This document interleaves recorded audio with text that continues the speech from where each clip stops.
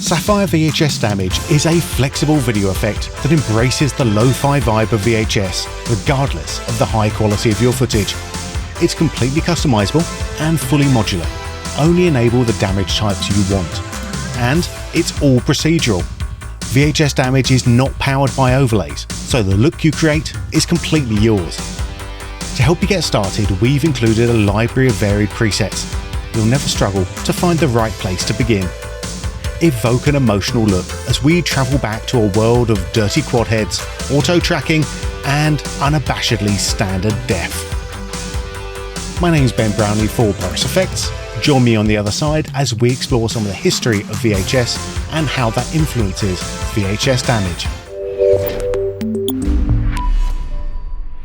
Now, in this first exploration of VHS Damage, I will be using Premiere Pro as my main host, but this works regardless of whatever host you're using.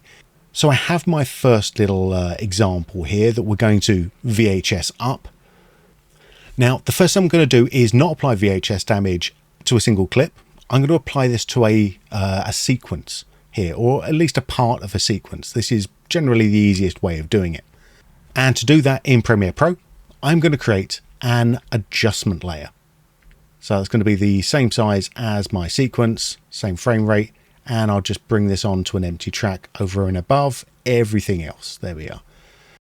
So I'm going to go into my effects and let's do a search for VHS Damage. There we go. And I'll just drag that and drop it onto my adjustment layer. And if we play that back, we can start to see that it's already doing, something. It's got a nice kind of fun, speckly VHS look. But let's actually break down what the effect is doing.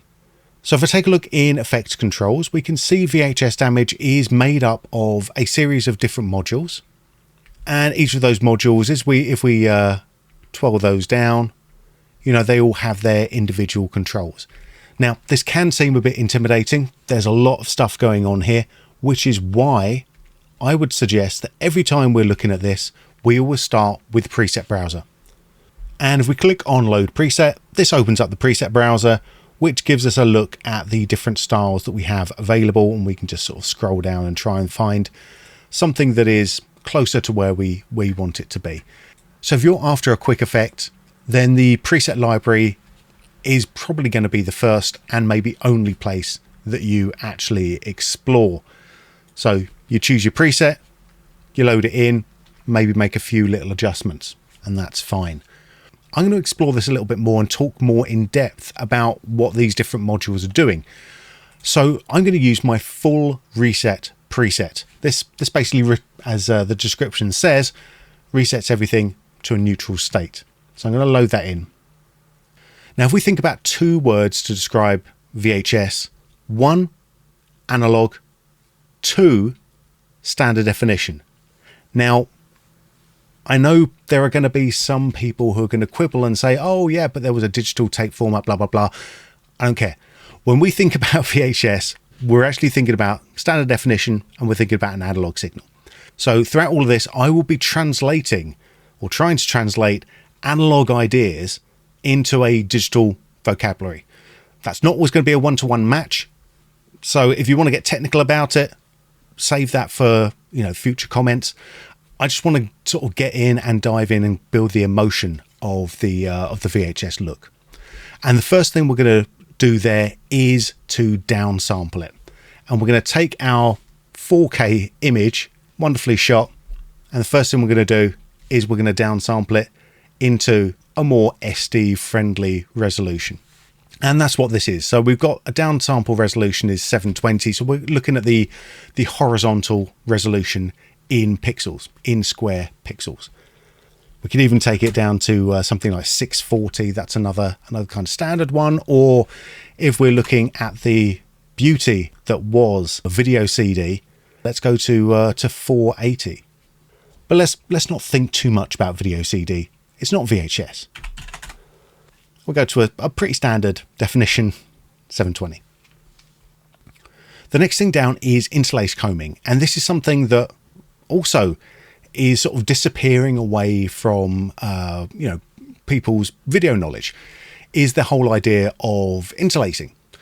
So with VHS, instead of capturing 25 or 30 frames a second, what it would do is it would capture 50 or 60 fields a second. And a field was essentially half a frame. So instead of drawing all the lines in one go, it would draw half of the lines in one go, then fill in the other half on the next turn round.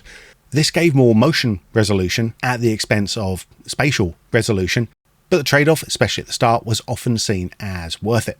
So why that's important is that when we were digitizing VHS tapes, or in fact any interlaced source for that matter, the computer would be taking two different points in time and concatenating that down into one single frame. And then we would deal with those frames, hopefully, later on in the process. Now, we can simulate that by looking at two different points in time with interlaced combing. If I turn that on and off, take a look at the feet. So we can see two different points in time, each taking up half of the lines down the screen. Now, if you see this on an actual broadcast, and unfortunately it's very common, it's because the person who was editing this didn't know how to deal with interlaced media, or maybe didn't even see the interlaced media and didn't interpret that footage correctly. So to be able to rather amusingly replicate that same sort of look, that same sort of mistake, you have interlaced combing. And there you can see it very clearly in areas of fast movement. Nice. I'm going to turn off interlaced combing for now, and we'll look at some of the other areas. Now, we've got to remember that VHS was designed as a home format. In fact, VHS stands for Video Home System. So there are a load of different compromises that had to be made to try to make this into a consumer-friendly piece of electronics. And one of those was the limited amount of bandwidth that you could have inside one of these tapes. So what that means is the amount of bandwidth that was saved for the color information was greatly reduced in comparison to the amount that was used for luma, for the black and white image, because the human eye is much more sensitive to luminance than it is to chrominance. So when we're looking at this in the context of VHS Damage, we have a number of controls that are all about color. And the first one is color style. So if I turn this on, we have it's a few little controls that sort of generally look at the overall color style that we're trying to create.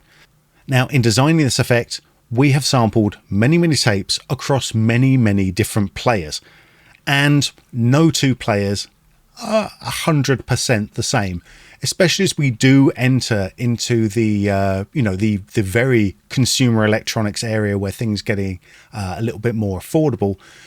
The quality differences between players is very visible. And this is what we have with the VHS color here. So this gives us an overall different kind of color change, focusing on how certain colors were brought up or toned down, depending on the player and the tape source. And to change this, we have 4 overall looks, plus a slider that controls the strength of those looks. And this goes from 0 to 1. 1 being 100% and 0 being absolutely nothing. So we can find a nice balance here.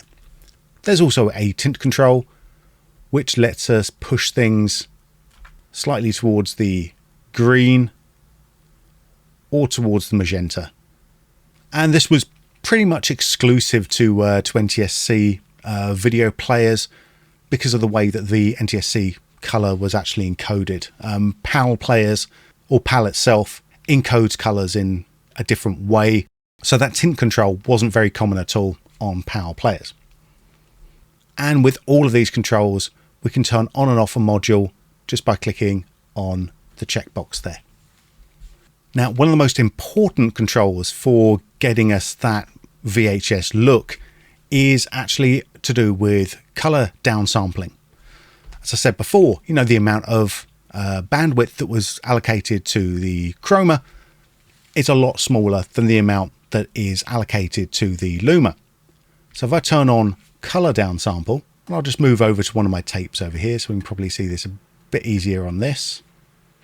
This replicates that we're not matching loomer and chroma in a like-for-like pattern. I'm not going to say pixel for pixel because these are analog signals.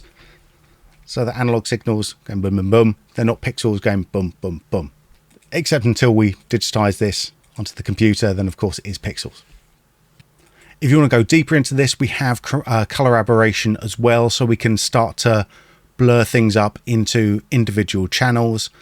But that's a little bit outside of where we are right now. If I turn that off, you can see nice sharp edges. Turn it on. Oh, things start getting a little bit smeary, a little bit blurry. Love it. The next one along is our color bloom. This is the final one that we're going to be looking at in terms of pure color here. And this just has another way of transforming up our colors again. So if I turn up my vintage amount, whoa, maybe not that far, we get that sort of big oversaturated reds and blues.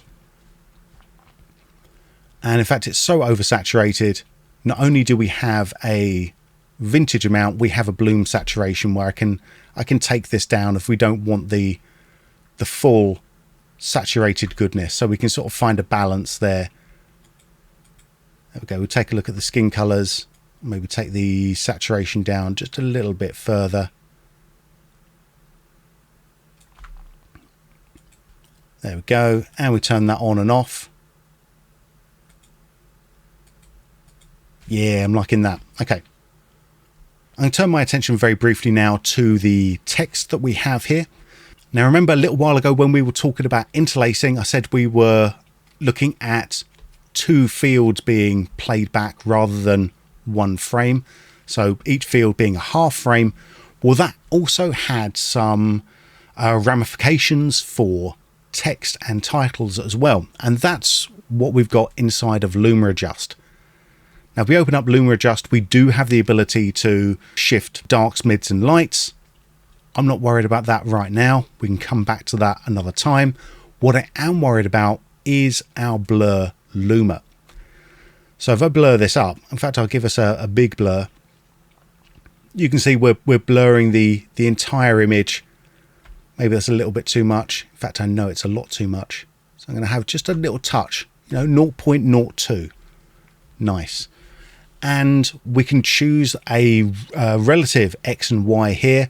So I'm going to take my X, not quite down to 0, but pretty much down to 0. Maybe I'll take it to, again, 0.2 or something like that, in that sort of area, because I mainly want that kind of vertical blur happening.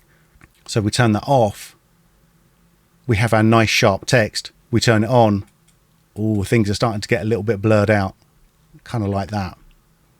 So if I turn that completely off, you can start to see how building up these small little blocks is really giving us that look that we're going for. So the final thing I'm going to look at is tape noise. And this isn't the specks and sparkles. This is more to do with the sort of distortion that's happening within the image. And there's a lot of stuff happening. A lot of it is quite subtle, or can be quite subtle depending on the player. Now, all of this is dependent on the quality of the player, the cleanliness of the player, the cleanliness of the tapes, the newness of the tapes. All of these sort of have a kind of an influence on what the tape noise is doing. In this instance here, if I just turn that on, all this is going to do is give me a little bit of a wobble in the signal. So taking our nice straight lines and wobbling them up a little bit. And it's amazing what just a little wobble can do to actually give you that feel of something that's alive and nicely analog. And if we take a look at that, you can see just around the edges there, it's got that sort of little bit of wobble to it, which I think is really nice and really helps to sell the effect. If we go back to the effect parameters now and keep looking down, you can see there are modules that I haven't even touched. Scan lines, streaks, sparkles, we've not even touched those at all. Chromatic aberration, we skipped over absolutely completely. And all of these are going to be vital for creating different styles of VHS looks. Like this one, or this one, or this one, or this one. But I'm going to save that for a different tutorial. What you should have now is a firmer concept of what lies behind some of the VHS technology and why those tapes look like they do, and how we can start to use Sapphire VHS Damage to effectively replicate that. And if all else fails, head over into the presets and maybe start to pick apart some of the ones that appeal to you the most. But for now, my name is Ben Brownlee for Boris Effects, and I'll see you again in another 80s inspired training tape very soon. If you've got any favourite VHS tapes that you want us to replicate the style of, let us know in the comments down below. Alternatively, take VHS Damage for a spin yourself by heading over and downloading Sapphire at boriseffects.com.